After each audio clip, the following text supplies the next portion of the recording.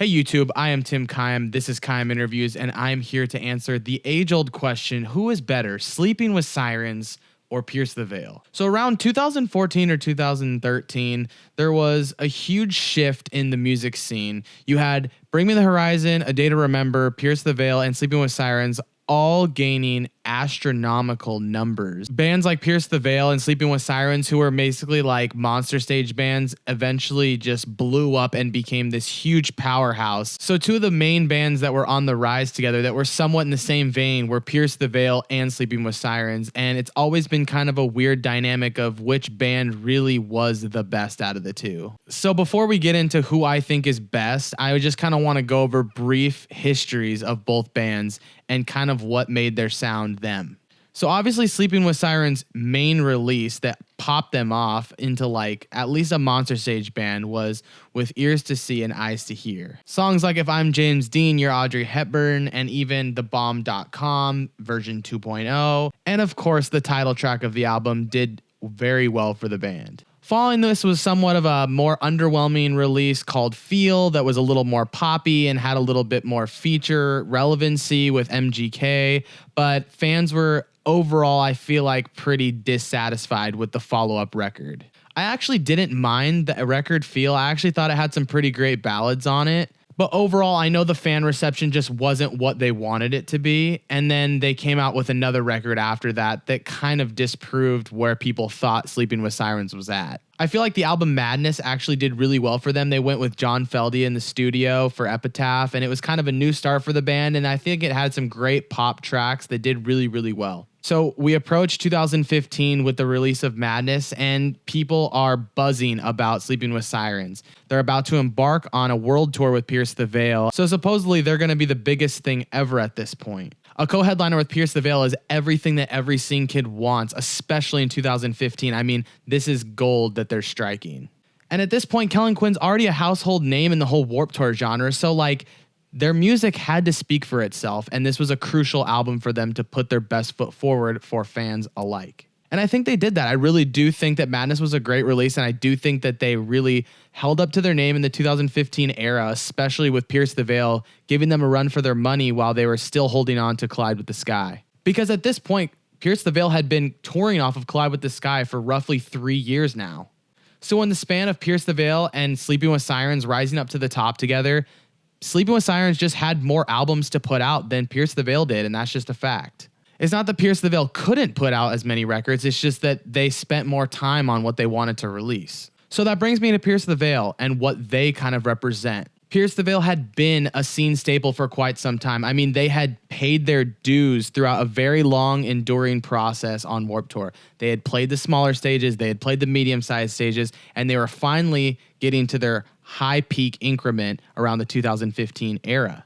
So Pierce the Veil had many opportunities to release music, but they weren't really a band that busted out records like it was anyone's business. I mean, they took time for their work. I'd say one of their biggest records, Selfish Machines, I'd say it was a scene staple. I mean, Paraphernalia on that with Jeremy McKinnon it's still a banger. People still love that song, but it wasn't something that people like flocked to as a whole record. You really didn't see people flocking to Pierce the Veil as much as Sleeping with Sirens or whatever until they released their debut Fearless Records album, Collide with the Sky. Collide with the Sky, as you all know, is a huge record that did wonders for Pierce the Veil and still does, as people still talk about it. To me, this is one of the scene's best records, hands down. I can't imagine that there are many records that touch this in terms of what Warped Tour has put out as an album. From start to finish, that album is perfection. I will go down to my grave saying that. I think it's a great record.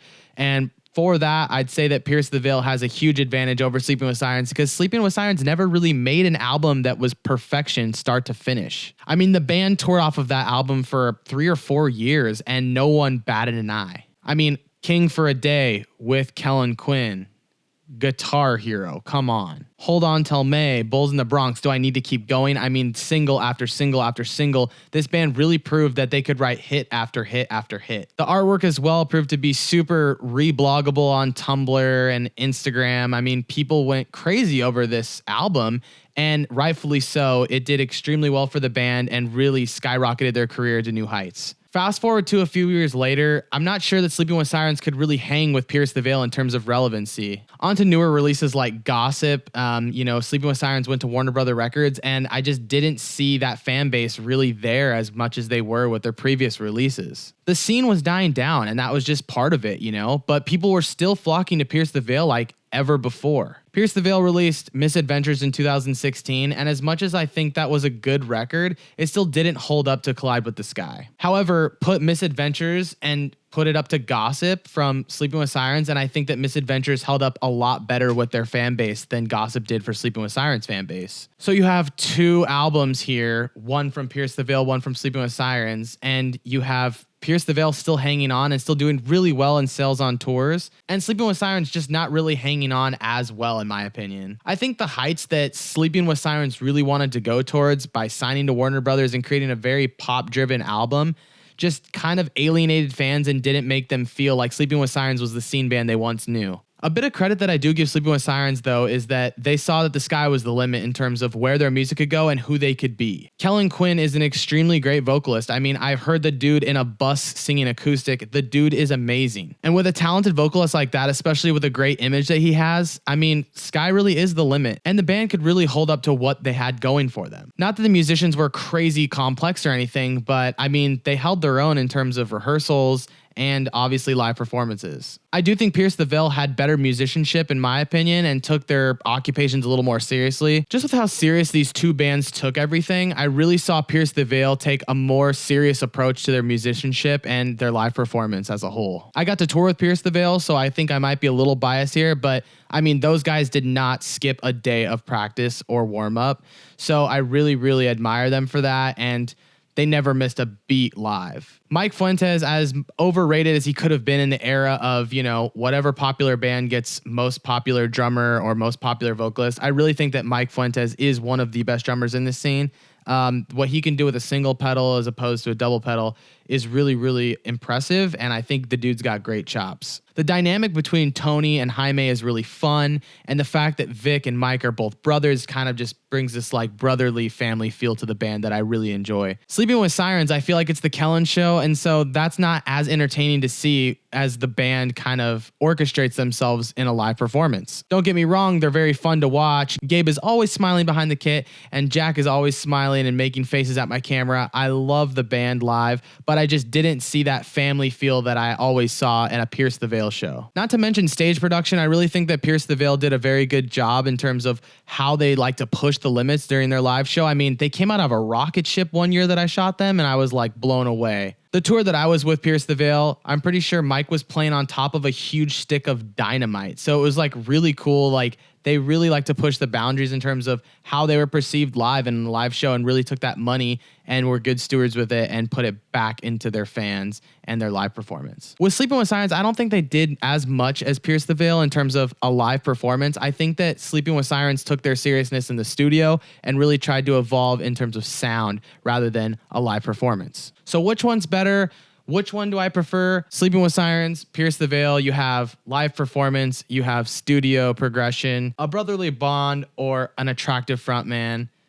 I'm going to have to go with Pierce the Veil on this one. I just can't get over the album Collide with the Sky. I don't think I ever will, and I don't think that many bands can really touch that album in terms of what they provided for this scene and how impactful it was on the blueprint for this genre. I love Vic Fuentes as both a guitar player and a vocalist, as well as a frontman. I mean, the dude is very talented, and what he provides for that band is awesome. He's a very humble dude, and that's another thing that's awesome. Not to say that Kellen Quinn isn't humble, but it's just totally different when you have Vic being a very kind of shy and to himself kind of guy. Again, I could be a little biased because I toured with Pierce the Veil, but I just respect them very deeply, and I think that their records are amazing. So guys, what do you think? Let me know in the comments below. Who had a bigger footprint on this scene? Who kind of made the blueprint for what Warped Tour was from the 2012 to 2016 era? Let me know in the comments below, and feel free to argue with me. I don't care. This is all fun, and I think these comparisons are just really entertaining. All right, guys, so let me know in the comments below, and I will see you another time. Cayem Interviews. Peace out.